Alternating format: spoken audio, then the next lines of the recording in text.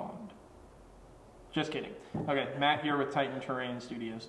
I'm here today to talk to you about our new pricing standards and their new qualities that you're going to get with our terrain services. So, first I'm going to give you a little basic summary of our new service standards, and then we're going to show you some pieces. So the first thing about our standards is that there are 3 levels of assembly and 3 levels of painting. Now we've named these very simple and easy to remember. You have basic, heroic, and epic. And they're separate for each, for both assembly and painting. So first I'm going to start with our assembly standards. Basic assembly is going to be things that are simple shapes, that are not terribly complex, but that make very pleasing tabletop terrain. Things like rocks, columns, simple buildings that don't have a lot going on, but serve the purpose that you need on the tabletop. Heroic assembly is where you get into the more complex techniques that we use for creating interesting things, especially with etching and a lot of custom shaping to the foam. Things like thatch rooftops and a lot of heavy stonework are going to kick a assembly project from basic to heroic. So epic level assembly takes everything that we do at heroic and basic and turns it up to 11. We start using every technique in the book that we can possibly think of to make your terrain look as awesome as we possibly can. Examples of this are the Brutal Legend set that we did a few months back. Almost that entire project was nothing but epic assembly. I mean, we had things like custom, sculpted hands doing the devil horns. We had giant demons. We also did an epic level assembly on some of the Skyrim board, which I'll actually be showing you a little bit later. Something else that's also part of epic level assembly is a heavy amount of custom bits work. We incorporate bits into most projects, but if you start incorporating a huge amount of bits to the point where they're pretty much everywhere and they're all intricately put together, then that really will kick it from basic and heroic to epic level. So now our painting levels. What I'm going to start with is the basic painting level. This is to just get it to a very pleasing tabletop standard. So our basic painting is our tabletop standard. Everything receives at least a two-part dry brush. It's going to have any relevant features picked out. Groundwork is going to be done pretty basically, but it's also going to be very nice for a tabletop standard. Our flocking levels are also attached to our painting levels. So when you get your basic painting level, you get what's called a 1-part flocking. This is going to be just simple flock material, or it's going to be basing material. In the event that you use something like grass, it's going to be just basic colored grass mixed with colors if you do want more of a mid-tone, not just one color. We like to do that to make the grass look more realistic, but it's not going to have any underlying texture. So heroic painting incorporates additional levels of the techniques we've already talked about. We go from a 2-part dry brush on your model to a 3-part dry brush. We also start picking out more details on the model. We start doing more washes and shading and a lot more just intricate work to pick out details that we may have left a little bare at the basic painting level. For your heroic level, for your flocking and your basing, you get a 2-part flocking and basing.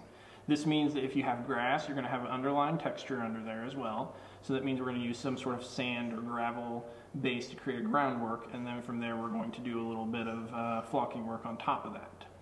Also with your heroic painting, you also get a minor use of OSL effects. They have to be kept to a minimum, but they can be used from different parts of the terrain set, mostly centerpieces and things that would be very key to that. Level painting is where we pull out all the stops and start putting lots of OSL, lots of wet blending, and lots of heavy detail work into the terrain piece. You also get your epic level flocking and basing, which is a 3-part basing, which is going to have an underlying texture, the flock itself, and also things like gravel, jungle terrain, bits that are glued down into the actual flocking. A good example of this is our Aztec Eldar Crone World that we did, which had a tremendous amount of jungle work on top of the underlying texture and the grain flock that was everywhere. So this is an example of what I consider a basic assembly and a basic paint job with basic flocking.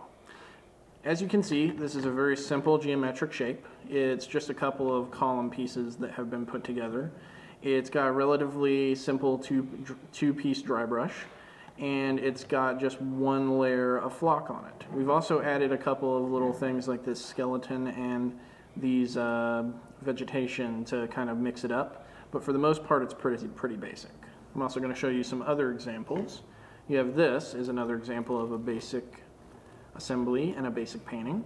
It's pretty simple. We didn't actually use any texture on it, but we did add some texture before it was painted, so it's pretty cut and dry on that one. Then you have, this is actually an interesting example of our dual basic terrain piece. This has almost zero painting except for these symbols right here, which I'll do a 360 for you to look at. This shows an example of how we can take advanced techniques from other levels, and if they're used exclusively on certain details at the cost of other details, we can make it more affordable for you. So you do have some minor wet blending just on these, but as you can tell, there's not a whole lot else going on other than some occasional sprays to kind of break up the color. Then this is an example of a basic assembly and painting building. This is one of our Haq Islam buildings. And as you can see, it's got a very neat textured effect right on the top here. Still makes it look very interesting. And the top also comes off. I'm going to show you that right there. The internal looks very nice. It's kept pretty basic though. There's not really any painting other than the base color on the inside because, you know, it's a basic level. So what we have here is an example of a heroic assembly, but it has a basic paint job on it. I wanted to show you a couple of pieces that were intermixed to show you that you can mix the two levels. They don't have to be the same. So you can do something like this where you have a lot of cool construction work going on. You've got a lot of etching like on that sign there. You've got this dragon that looks really nice and cool. You've got all these shields everywhere and this custom roofing with this stonework. But overall, it's got a basic paint job on it. It's not really that complex when it comes to the paint job. The way I would actually take this and kick it to a heroic paint job is I'd pick out more details on the shields. There'd be an additional step for the dry brush to make the colors bounce out a little bit more. And the stonework would actually have some more detailing work on it as well. The dragon also might have something like glowing eyes, or maybe he might look like at one point he was painted rather than just part of the same woodwork. So that's how I would kick this up to a heroic level. So I'm going to set that one aside. I'm going to show you this next piece is a heroic level assembly and a heroic level painting. Now what makes this a heroic level assembly is shaping a mushroom like this is not exactly an easy task. It takes a lot more cutting and a lot more shaping than a basic assembly does. Also gluing all this stuff in and getting this texture down takes a little bit more time. So that's what makes this mushroom piece much more time consuming than a basic piece. You also have the heroic level painting because of all these varied colors that are used, all this blending of the colors and the pinks and the purples and the teals, and then all of this freehand work with the little dots. While not, you know, a terribly hard technique, it is still a time-consuming technique. And then lastly, we have this. This is another example of a heroic assembly and a heroic painting. What you have here is a lot of etch work that has been done on these and a lot of bits work that has been done right here. The reason that I call this a heroic level painting, even though the rest of it isn't much different from the dragon house that we just showed you, is you have a lot of OSL all through this area right here.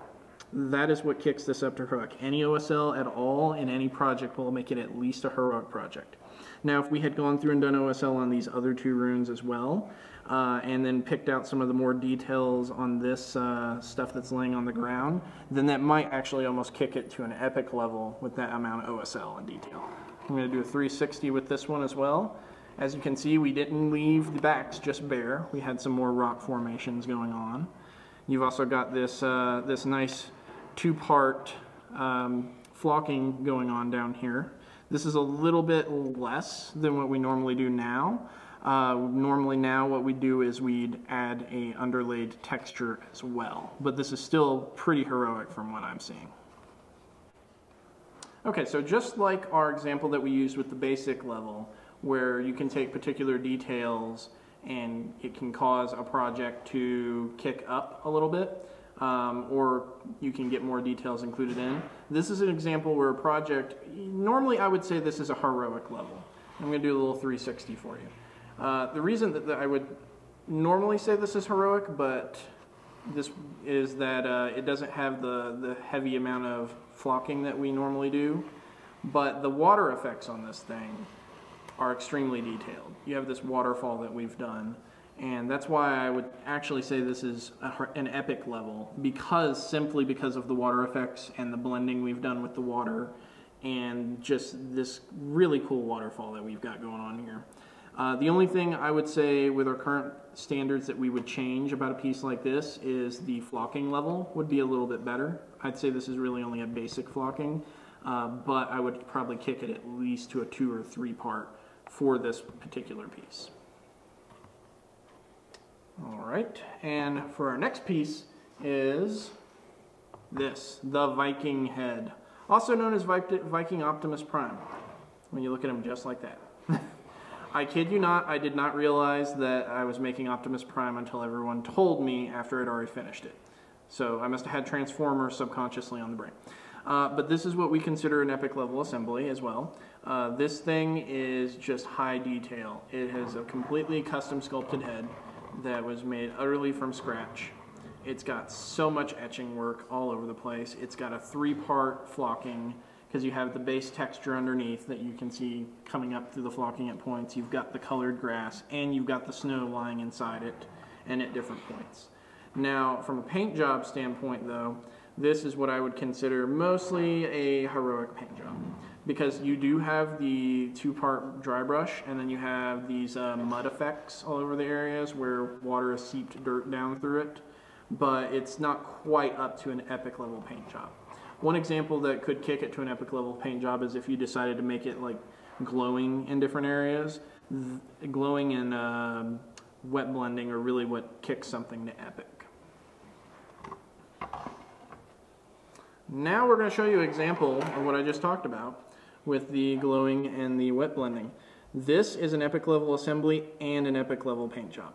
The reason this is an epic level assembly is because you have all this bits work. I mean, these bits, finding them and putting them together in an interesting way that makes them look very nice is very difficult to do, to make it, you know, actually make sense. You can take bits and put them in there, but to actually spend the time to make them look good and to plan the paint job and then do all this OSL glow effects and all this detail work on all these various consoles. I'll actually pull this out and let you take a look at the inside here. You can even see the glows are reflecting on the ground here. So this is a very good example of an epic paint job. It's going to make it look really nice. It's going to look really effective on the tabletop, and overall this is what I would consider one of our highest qualities that we could put out in terms of paint jobs. So that is our new terrain standards. If you would like to find out more details about our terrain standards, just visit our website at www.titanterrainstudio.com. Little link right there. And if you would like a free quote on a project, just contact us at projects@titanterrainstudio.com.